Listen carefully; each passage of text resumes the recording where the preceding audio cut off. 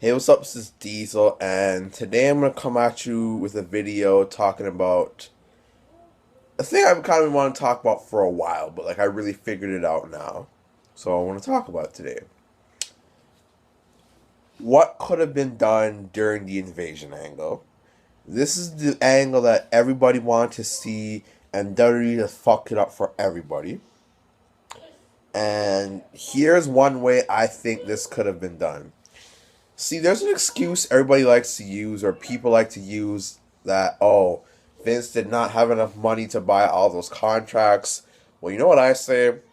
He didn't need to buy all the contracts. Honestly, here are four names Vince should have just bought and didn't have to buy anymore: Goldberg, Sting, Scott Steiner, and Eric Bischoff. You had Ric Flair. I don't care what anyone tells me. You had Ric Flair. He fucking debuts the night after Survivor Series. So that means they could have had him from time. You had DDP. You had Booker T. That's seven names right there. Big WCW names right there. And you had Buff Bagwell too, but I don't know. Whatever. But yeah. Altogether, 8 names right there. I don't even think you need to bring NWO right away. You could have held off on the NWO. You really could have. You didn't even need them right away. They could have still had the storyline going and had the NWO come in 2002. You didn't need them to come right away. You really didn't. Because look at this too. What's it called? Triple H was injured and Shawn Michaels was nowhere near ready to come back yet. Road Dogg was fired. Billy Gunn was doing nothing. X-Pac was doing nothing. So the DX NWO feud could not have happened in 2001. So therefore, you did not need NWO yet. Worst to Stone Cold versus Hogan.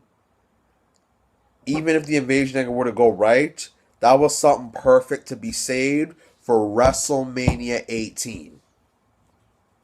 Now, onto the storyline. All you needed was those 4 guys.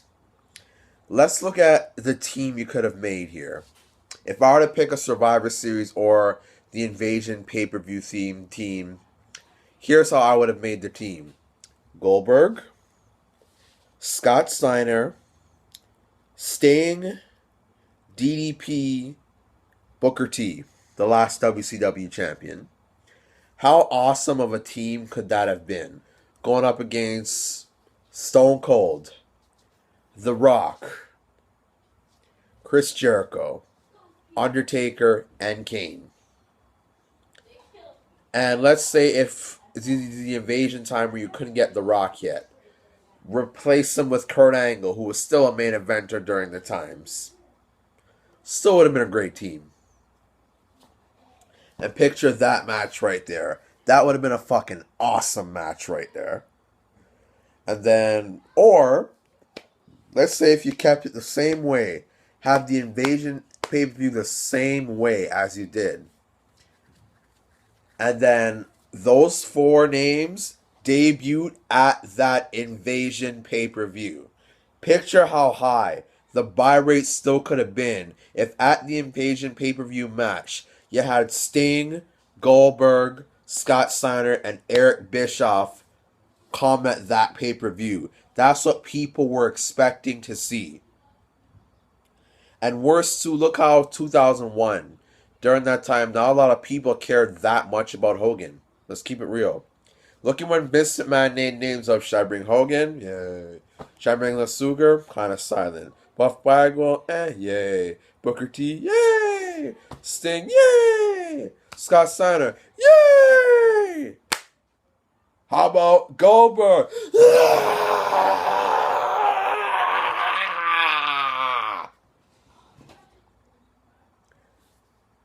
And then bringing Eric Bischoff to feud with the McMahons instead of his own son Shane. Or you know what? You could have continued the McMahon feud of Shane versus Vince and have Shane join with Bischoff and have Vince and Shane do a double turn. But keep Stephanie with WWF, because Stephanie going against Vince looking back, just so not believable on so many different fucking levels. You had the match, Vince versus Shane, at WrestleMania 17, and when Shane went for a signature elbow drop, which looks so sick and is such an underrated elbow drop, what did Stephanie do? Help her father up. And then when Trish turned her back on Vince and turned face, what did Stephanie do? Get into a fight with Trish. So you keep Stephanie on Vince's side. And it could have been, and right there, Stephanie could have been that babyface that she always wanted to be. Because a lot of people complain about her being the GM of SmackDown, saying her as babyface was just not believable and a joke to them. Even though unpopular opinion, I kind of liked her as GM, but a lot of people didn't, and honestly, rightfully so. But yeah, keep Stephanie on Vince's side. You have Bischoff and what's it called? You have Bischoff and Vince feud. The feud everybody always wanted to see. And then let's look at a pay-per-view you can create with WCW versus WWF. You can have Goldberg versus Austin. Sting versus Undertaker. Goldberg versus Austin. Sting versus Undertaker. DDP versus The Rock. Those three matches alone. Hold on. Goldberg versus Austin. Sting versus Taker. DDP versus The Rock. And Vince versus Eric Bischoff. Those four matches, one card, would have drew humongous. Humongous. And you know what could have been a decent way for NWO to come into the WWE? Because I've heard that Vince and Hogan were in talks during 2001. And I do believe that. And, because Hogan wanted to talk, he'll put over Rockers Steve Austin. He doesn't care. But yeah, a perfect way for the NWO to debut. WCW versus WWF Survivor Series. Winner take all. Winner take all. I love how the promo did that in 2001. Vince saying it that way. Anywho, you have Goldberg, Sting, Scott Steiner, DDP, and Ric Flair. Sorry, Booker, but Ric Flair, because, he's arguably the greatest WCW superstar of all time. Against Stone Cold, The Rock, The Undertaker, Kane, and Chris Jericho. Last two come down to Stone Cold versus Goldberg. Stone Cold's about to go for Stone Cold Stunner. Lights go out. Who's in the ring? New World Order. New World Order.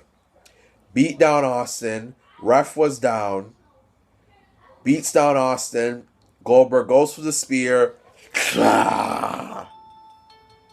Jackhammers Austin. Referee climbs because, he just got beat up. 1. JR. No. 2. No. 3. Damn it. And you have WCW staying in the WWE. How awesome could have that been? And then blown off the whole thing at WrestleMania 18. And have Vince and Eric Bischoff feud for months. And in their first match, Bischoff goes over in heel fashion. And then they have that blow-off match, Eric versus Vince. Winner takes all. No, winner owns all. Bischoff accepts the challenge. Vince versus Bischoff, WrestleMania 18. Beats Bischoff clean and takes back everything. WrestleMania 18. The November, December, January, February, March. I think WrestleMania was April 1st. At WrestleMania 18. 6 months of build-up. Not having a match. Have their blowout. Have their final dream match at WrestleMania 18. Be one of the biggest buy rates ever. And had they done this right, could have been a bigger buy rate than WrestleMania 17. And remember that Undertaker versus Sting feud I did, even though I don't have it no more. I'm not going to go through that again, but if those who remember how I did it, You have Sting go over clean in the first match. You have Undertaker's number because he's the American Badass. And then, Undertaker leaves for a bit and says, you know what?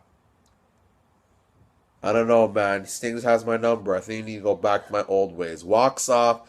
Camera turns to the left. Sees the urn. Fans pop. Does not come back to a Royal Rumble. No Way Out times. Plays mind games with Sting. Has the blow-off match with Sting. You see the final return of the Dead Man.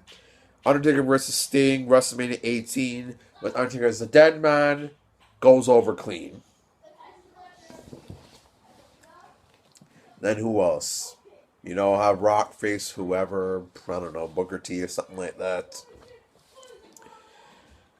But yeah, all you truly needed in the beginning or for a long time was just Goldberg, Sting, Scott Steiner, and Eric Bischoff. You already had Ric Flair, you had Buff Bagwell, you had Booker T, and you had DDP. 8 big names right there.